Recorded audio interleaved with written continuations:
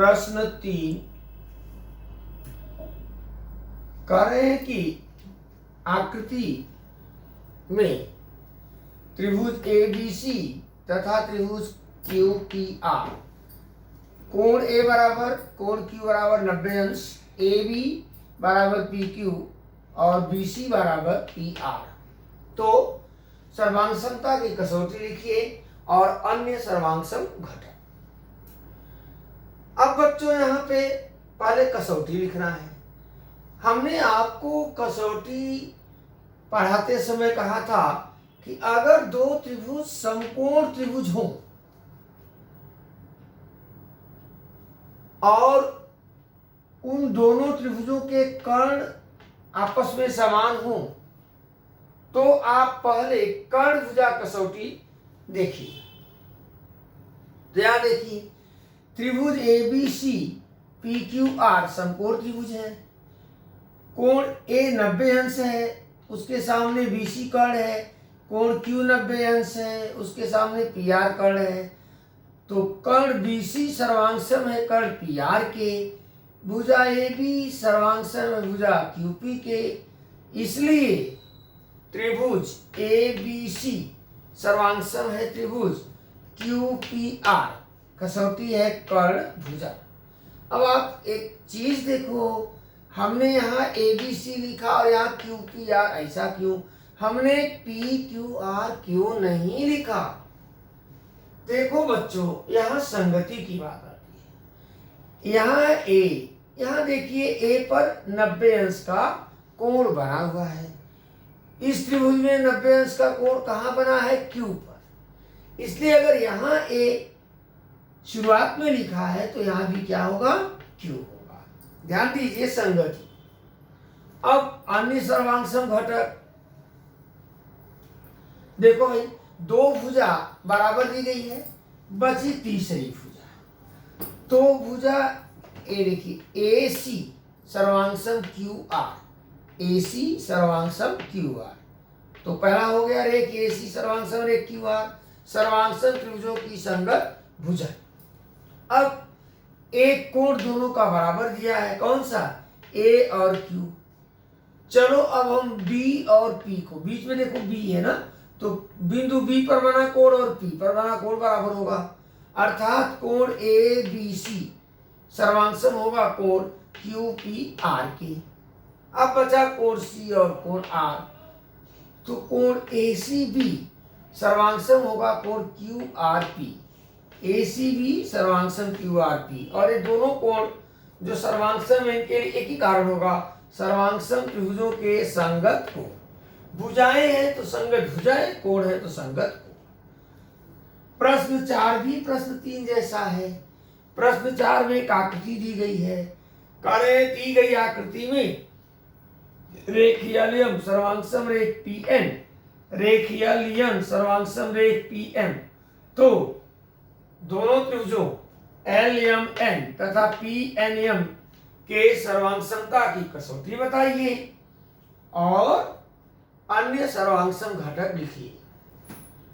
पहली बात मैं शुरू में कहा था, इसके पहले वाले प्रश्नों में फिर कह रहा हूं कि 3 घटक होने पर सर्वांगसम होंगे।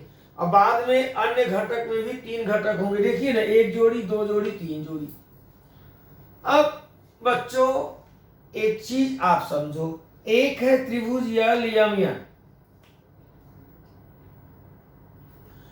दूसरा है त्रिभुज PNM। तो भुजा LM सर्वांगसम है PM की, LN सर्वांगसम है PN की। अब एक घटक और चाहिए जो दिया तो है, आपको देखने का कमाल है।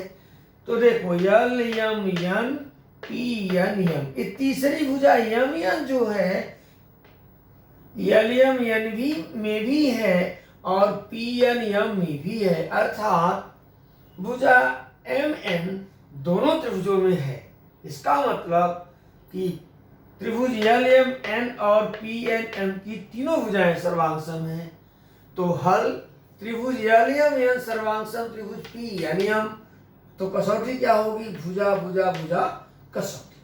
अब अन्य घटक देखो भाई, 3 जोड़ी भुजा सर्वांगसम हो गई आपकी। अब बचा कितना? 3 जोड़ी कोणों की। तो इसलिए यहाँ देखो ना, कोणों की 3 जोड़ियां हैं। अब आप सोचोगे हम लिखेंगे कैसे, तो आप एक काम करेंगे, पहले कोण देखिए मैं निशान बना रहा हूं, इसको इसको इसके बराबर कर दीजिए। अर्थात यहाँ देखो ना, यम और एन को बराबर, तो कोण एल यम एन सर्वांग सम कोण P N M, P N M. दूसरे में आप इसको बराबर इसको कर दीजिए। क्यों?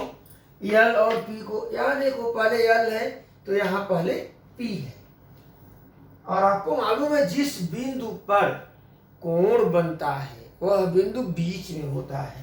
अब यल जो है और पी बीच में होगा, देखो यल और पी बीच में है, तो कोण यम यल एन सर्वांग कोण यन पी एन, ये हो गया।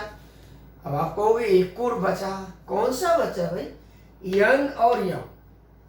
तो यन देखो, ये देखो निशान ध्यान से, और ये निशान देखो, क्योंकि कोण यन जो है यल यन यम है, देखो एल एन एम, और यम जो है पी एम एन है, यहाँ पे सर्वांगसम हो गए।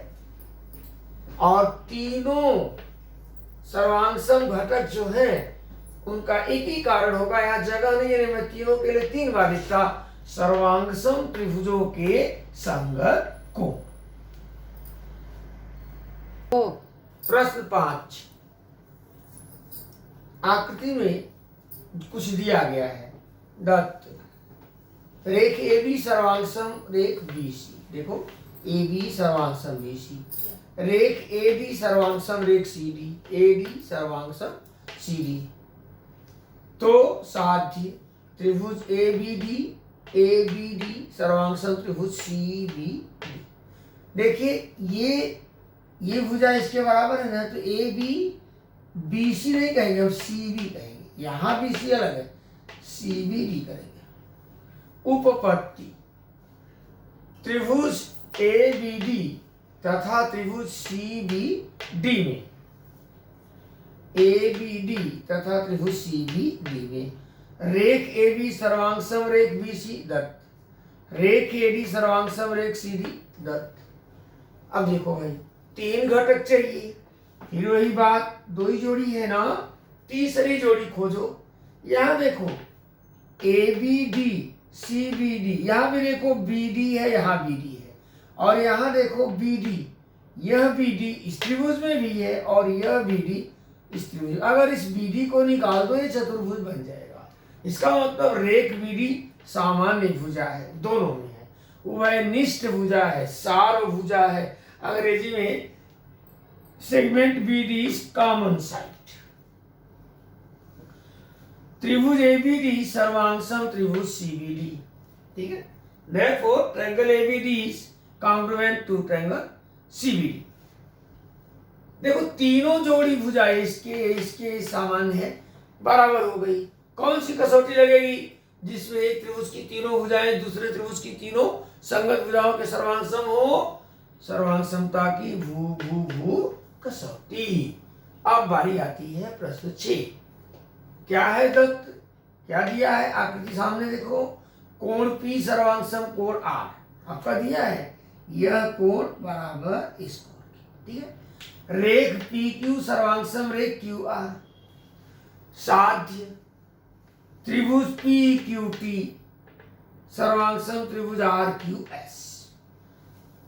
उपपत्ति त्रिभुज PQT तथा त्रिभुज RQS में कोण P सर्वांगसम कोण R दत्त से, रेख PQ सर्वांगसम रेख QR दत्त से।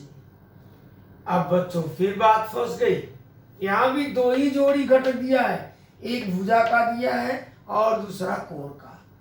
अब फिर आपको सोचना है, क्या कोई ऐसी चीज है जो दोनों में है? तो जरा देखो, ये नाम पढ़ो ना भाई। त्रिभुज क्या है? PQT RQS। ये देखो एक Q कॉमन है दोनों में, अर्थात एक Q पर एक कोण बन रहा है, कोण PQT और कोण RQS। त्रिभुज पी क्यू टी में कोण पी क्यू टी है और आर क्यू एस है। या तो आप लिखिए कि कोण क्यू सामान्य कोण है, या आप लिखिए कोण पी क्यू टी सर्वांग कोण आर क्यू एस सामान्य कोण। इसलिए त्रिभुज पी क्यू टी सर्वांग त्रिभुज आर क्यू एस। अब देखो ना, दो जोड़ी कोण है, एक जोड़ी भुजा, अर्थात कोण भुजा कोण, को भू को कसौटी।